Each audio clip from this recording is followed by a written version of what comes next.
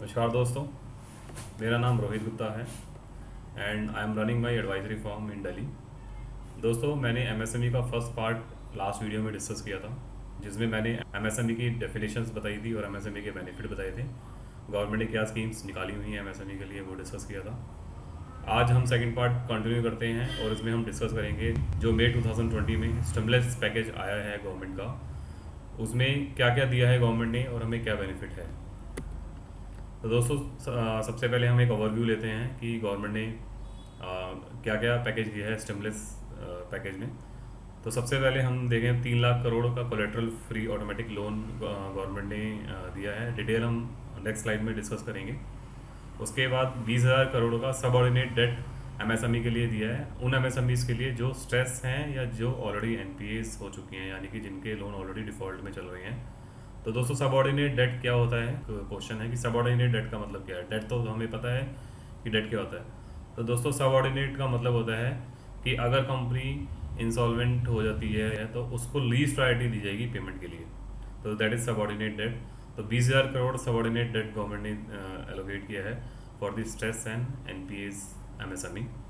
उसके बाद थर्ड है 50,000 crore equity infusion through MSME, जिसको हमने फंड्स ऑफ फंड्स बोला है, जिसको हम नेक्स्ट स्लाइड में डिस्कस करेंगे। उसके बाद 2500 करोड़ का गवर्नमेंट ने प्रोविडेंट फंड का सपोर्ट दिया है बिजनेसेस के लिए, कुछ एलिजिबल इस्टेब्लिशमेंट्स के लिए। तो गवर्नमेंट ने एलिजिबल इस्टेब्लिशमेंट्स की डेफिनेशन में 15,000 जो इस्टेब्लिशमेंट जिनके वर्कर्स 15,000 पर मंथ तक अर्न कर रहे हैं और जिसमें 100 वर्कर्स ही हैं, 100 तक हैं, उन इस्टेब्लिशमेंट के लिए जो भी कंट्रीब्यूशन होगा वो गवर्नमेंट अपनी जेब से पे करेगी for the month of June, July and August. तो दोस्तों, ये स्कीम इस पहले भी 3 महीने के लिए थी, ये गवर्नमेंट ने एक्सटेंड करी है स्टिमुलस पैकेज में। उसके बाद हम देखें कि जो ईपीएफ कंट्रीब्यूशन है, वो कुछ जो ऊपर एस्टेब्लिशमेंट एलिजिबल एस्टेब्लिशमेंट है वो तो गवर्नमेंट पे करेगी, और जो एलिजिबल एस्टेब्लिशमेंट नहीं है, जो इसके बाहर हैं, उसका कंट्रीब्यूशन गवर्नमेंट ने 12% से 10% कर दिया है। तो जितने भी बिजनेसेस हैं जिनको पीएफ कंट्रीब्यूट करना पड़ता है एज एन एम्प्लॉयर, तो उनको पहले 12% वेज का देना पड़ता था, अब उनको 10% देना है, यानी कि 2% कम देना है। तो गवर्नमेंट ने कैलकुलेट किया है कि इससे जो उनके पास सरप्लस बचेगा, that is approximately 6,750 crore, which is a liquidity support to these MSME. तो उनके पास लिक्विडिटी बढ़ जाएगी, इसलिए लिक्विडिटी सपोर्ट है। उसके बाद है ग्लोबल टेंडर्स। गवर्नमेंट ने 200 करोड़ तक के टेंडर्स में ग्लोबल टेंडर्स डिसअलाउ कर दिए हैं, यानी कि कोई भी मल्टीनेशनल कंपनी अगर 200 करोड़ तक का टेंडर है तो वो उसमें पार्टिसिपेट नहीं कर सकती। तो आइए डिस्कस करते हैं अब 3 लाख करोड़ का जो कोलेट्रल फ्री लोन, उसमें उस स्कीम में क्या क्या डिटेल हैं। तो सबसे पहले ये गवर्नमेंट कहती है कि इससे 45 लाख बिजनेसेस या एमएसएमई को बेनिफिट होने वाला है, और इस स्कीम के अंदर कोई भी पेपर वर्क की रिक्वायरमेंट नहीं है। यानी कि अगर आपने सिर्फ एक डिक्लेरेशन देनी है, उसके बेसिस पे आपको जो भी लोन एलिजिबल होगा, जो भी स्कीम में है, वो आपको मिल जाएगा एमएसएमई को। इसमें कोई कोलेट्रल, फ्रेश कोलेट्रल नहीं देना। जो भी एग्जिस्टिंग कोलेट्रल अगर कोई चल रहा है तो उसी कोलेट्रल पे ही मिल जाएगा, आपको कोई भी सिक्योरिटी एडिशनल नहीं देनी है। तो दोस्तों, ये जो लोन है ये बैंक या एनबीएफसी से आप ले सकते हैं। इसमें जो जिन भी बिजनेसेस के 29 फरवरी 2020 में जो भी आउटस्टैंडिंग बैलेंस था लोन का, उसका ऑटोमेटिकली 20% लोन या लिमिट जो भी उनकी चल रही है वो उनको मिल जाएगी। और ये जो है हम 31 अक्टूबर 2020 तक अप्लाई कर सकते हैं। तो अभी बहुत जल्दी नहीं है कि ये स्कीम ख़त्म होने वाली है, और आजकल हम देख रहे हैं कि बैंक में रश है लोन लेने के लिए। तो जो इस कैटेगरी में आते हैं वो आराम से जा सकते हैं 31 अक्टूबर 2020 तक। दोस्तों, उसके बाद ये स्कीम उन्हीं के लिए है जिनका जिनके आउटस्टैंडिंग 25 करोड़ तक हैं और टर्नओवर 100 करोड़ तक है। ये दोनों कंडीशन अगर सेटिस्फाई होंगी तो वही इस स्कीम को ले सकता है। अगर ये दोनों कंडीशन में कोई भी एक कंडीशन सेटिस्फाई नहीं होती तो वो एमएसएमई या वो बिज़नेस इस स्कीम में नहीं जा सकता। और ये जो लोन होगा ये 4 साल के लिए दिया जाएगा, जिसमें मोराटोरियम 12 मंथ्स का है। तो मोराटोरियम का मतलब होता है कि उसमें हमें पेमेंट में कुछ छूट मिल जाती है। तो इसमें गवर्नमेंट ने प्रिंसिपल पेमेंट में छूट दे दी है, यानी कि 12 महीने तक हमें जो है प्रिंसिपल पे नहीं करना, 12 महीने तक सिर्फ इंटरेस्ट पे करना है। और जैसे हमने डिस्कस किया, इसमें कोई फ्रेश कोलेट्रल नहीं चाहिए। और इसका जो इंटरेस्ट रेट है वो 9.25% से 9.75% तक रहेगा, जो बैंक से अगर लिया हुआ है, और अगर NBFC से है तो वो 14% से ज़्यादा नहीं होगा। सेकंड स्कीम NPS और स्ट्रेस MSMEs के लिए है, जिसमें गवर्नमेंट ने 20,000 करोड़ सबऑर्डिनेट डेट्स की अरेंजमेंट MSME के लिए की है। इससे गवर्नमेंट कहती है कि 2 लाख MSMEs को बेनिफिट होगा, और ये उन MSMEs के लिए हैं जो कि फंक्शनिंग है, एक्चुअल में काम कर रही हैं, लेकिन ड्यू टू कोविड-19 और due to some issues their loan, existing loan, उनके पुराने लोन NPAs हैं, या वो पे नहीं कर पा रहे, वो स्ट्रेस में चल रहे हैं। तो गवर्नमेंट ने इसमें 4,000 करोड़ का सपोर्ट देने के लिए एग्री किया है, जिसके अंदर गवर्नमेंट 4,000 करोड़ ट्रांसफ़र करेगी। तो एक तरीके से ये इंश्योरेंस करेगा पूरे 20,000 करोड़ अमाउंट का। और गवर्नमेंट इसके अंदर पार्शियल क्रेडिट गारंटी सपोर्ट देती है बैंक को।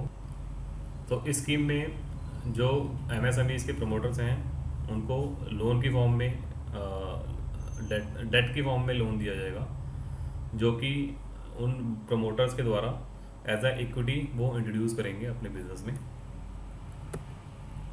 थर्ड हमारा है फंड ऑफ फंड। तो दोस्तों 50,000 करोड़ इक्विटी इन्फ्यूज़न की बात हुई थ्रू दिस फंड, और इसमें प्रपोज किया है कि 15% of the equity growth capital MSME में परचेज की जाएगी थ्रू दिस फंड। इसमें 10,000 करोड़ का जो फंड है वो गवर्नमेंट कंट्रीब्यूट करेगी, और 40,000 करोड़ का जो फंड है वो प्राइवेट फंड से अरेंज किया जाएगा।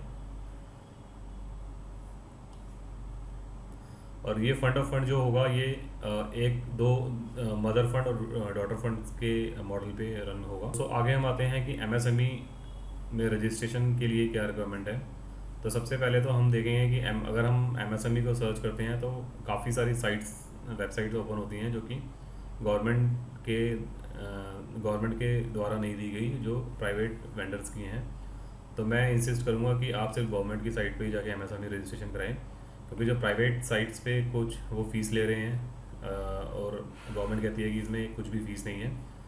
तो आप इसी जो नीचे लिंक दिया हुआ है, या तो इस पे जा सकते हैं, आप ये लिंक देख लें udyodhya.gov.in, यही आपने ओपन करना है अगर आपने रजिस्ट्रेशन अप्लाई करना है तो। और इसमें सबसे बेस्ट पार्ट है कि कोई भी फाइलिंग फीस नहीं है। तो दोस्तों MSME रजिस्ट्रेशन के लिए क्या क्या डॉक्यूमेंट चाहिए, तो बेसिकली इसके अंदर आधार कार्ड है जो मेन है। अगर आप जो कोई भी एंटिटी चला रहे हो, अगर आप प्रोप्राइटरशिप चला रहे हो तो प्रोप्राइटर का आधार कार्ड चाहिए। अगर आप कंपनी चला रहे हो तो जो डायरेक्टर है उसका आधार कार्ड चाहिए। अगर आप पार्टनरशिप फॉर्म चला रहे हो तो जो पार्टनर है उसका आधार चाहिए। और पैन कार्ड चाहिए बिजनेस एंटरप्राइजेस का। नंबर ऑफ़ एम्प्लॉयज़ कितने हैं, आपकी इन्वेस्टमेंट कितनी है प्लांट एंड मशीनरी में। तो दोस्तों ये बेसिकली प्लांट मशीनरी की बात करता है, ये बाकी एसेट्स की बात नहीं करता। और इसमें हमें ग्रॉस वैल्यू डालनी पड़ती है, जो हमने जिस अमाउंट में हमने परचेज़ किया है उस एसेट को। उसके अलावा बैंक डिटेल हमें देना पड़ता है, ताकि इन फ्यूचर कोई भी अगर गवर्नमेंट की स्कीम आती है तो हमारे पास गवर्नमेंट के पास बैंक डिटेल अवेलेबल हो उस स्कीम के बेनिफिट देने के लिए। और कमेंसमेंट ऑफ बिजनेस हमें डालना पड़ता है। तो दोस्तों आप सोच रहे होंगे कि हमारा बिज़नेस तो छोटा है, हमें MSME रजिस्ट्रेशन कराना चाहिए, नहीं कराना चाहिए, और हमारा बिज़नेस की टर्नओवर कुछ भी नहीं है, तो क्या फ़ायदा कराने का। तो दोस्तों मेरी पर्सनल एडवाइस है कि MSME रजिस्ट्रेशन में करवाने में कोई भी नुकसान नहीं है। अभी हमने जैसे देखा कि जो MSME जो कंपनीज या जो एंटिटीज़ MSME में रजिस्टर्ड ऑलरेडी थी उन्हीं को बेनिफिट दिए गए हैं, और जो फ्रेश रजिस्टर्ड हो रही हैं उनको आगे के बेनिफिट मिलेंगे, पुराने के नहीं मिलेंगे। तो दोस्तों मेरी एडवाइस है कि आप MSME में रजिस्टर कराइए, क्योंकि इसमें कोई फाइलिंग फीस नहीं है, और ये 1 टाइम रजिस्ट्रेशन है, इसका कोई कंप्लाइंस नहीं है। आपकी पेमेंट सिक्योर हो जाती है 45 डेज़ में। तो जो भी आप जिसको भी आप सेल करते हो दे आर लायबल टू पे यू इन 45 डेज़ मैक्सिमम। और अगर वो कंपनीज़ हैं तो उनको अपने बैलेंस शीट के अंदर बैलेंस शीट के अंदर एक डिस्क्लोजर करना पड़ता है कि MSME का उन्होंने कितना पैसा डिले किया है और उस पर इंटरेस्ट कितना उन्होंने पे किया है। तो ये डिस्क्लोजर बहुत ज़्यादा इम्पॉर्टेंट है उन कंपनीज़ के लिए। तो दोस्तों अगले पार्ट में हम MSME का रजिस्ट्रेशन प्रैक्टिकली अप्लाई करेंगे, और हमारी टीम का एक मेंबर आपको इसमें हेल्प करेगा। और शो करेगा कि रजिस्ट्रेशन अप्लाई कैसे करते हैं। तो दोस्तों अब हम कुछ फ्रिक्वेंटली आस्क्ड क्वेश्चंस डिस्कस करते हैं। सबसे पहले हमारा क्वेश्चन आता है कि जो एमएसएमई है वही उद्योग आधार में अपडेट हुआ है। तो हाँ जी, उद्योग आधार और एमएसएमई सेम ही है, वही एमएसएमई ही रजिस्ट्रेशन ही उद्योग आधार, एमएसएमई रजिस्ट्रेशन को ही हम उद्योग आधार कहते हैं। सेकेंड इज़, क्या आधार कार्ड कंपलसरी है एमएसएमई रजिस्ट्रेशन लेने के लिए? तो हाँ, आधार कार्ड कंपलसरी है। थर्ड इज़, इस सर्टिफिकेट की वैलिडिटी क्या है? तो दोस्तों इसकी वैलिडिटी लाइफ लॉन्ग है, इसकी कोई एक्सपायरी नहीं है। फोर्थ, क्या ट्रेडिंग कंपनीज एमएसएमई में रजिस्ट्रेशन ले सकती हैं? तो स्पेसिफिकली अगर हम देखें डेफिनेशन में एमएसएमई में ट्रेडिंग कंपनीज को एक्सक्लूड किया हुआ है। तो ट्रेडिंग कंपनीज एमएसएमई का रजिस्ट्रेशन नहीं ले सकती। नेक्स्ट क्वेश्चन है कि अगर मेरे मल्टीपल प्लांट्स हैं तो क्या मुझे मल्टीपल रजिस्ट्रेशन लेने होंगे या मैं एक ही रजिस्ट्रेशन के अंदर सब कुछ कर सकता हूँ? तो इसके अंदर हम एक ही रजिस्ट्रेशन में मल्टीपल प्लांट्स को ऐड कर सकते हैं और हमें फर्दर मल्टीपल रजिस्ट्रेशन लेने की रिक्वायरमेंट नहीं है। नेक्स्ट क्वेश्चन है कि क्या हम एक ही आधार में मल्टीपल रजिस्ट्रेशन ले सकते हैं अगर एक ही एंटिटी के मल्टीपल बिजनेसेस चल रहे हैं? तो हाँ, हम एक ही आधार में मल्टीपल रजिस्ट्रेशन ले सकते हैं, इसमें कोई दिक्कत नहीं है। थैंक्स फॉर वॉचिंग दोस्तों। तो please like my video, subscribe my channel, do comment in comment box, and if you have any query then you can ask me in the comment box. Thank you दोस्तों।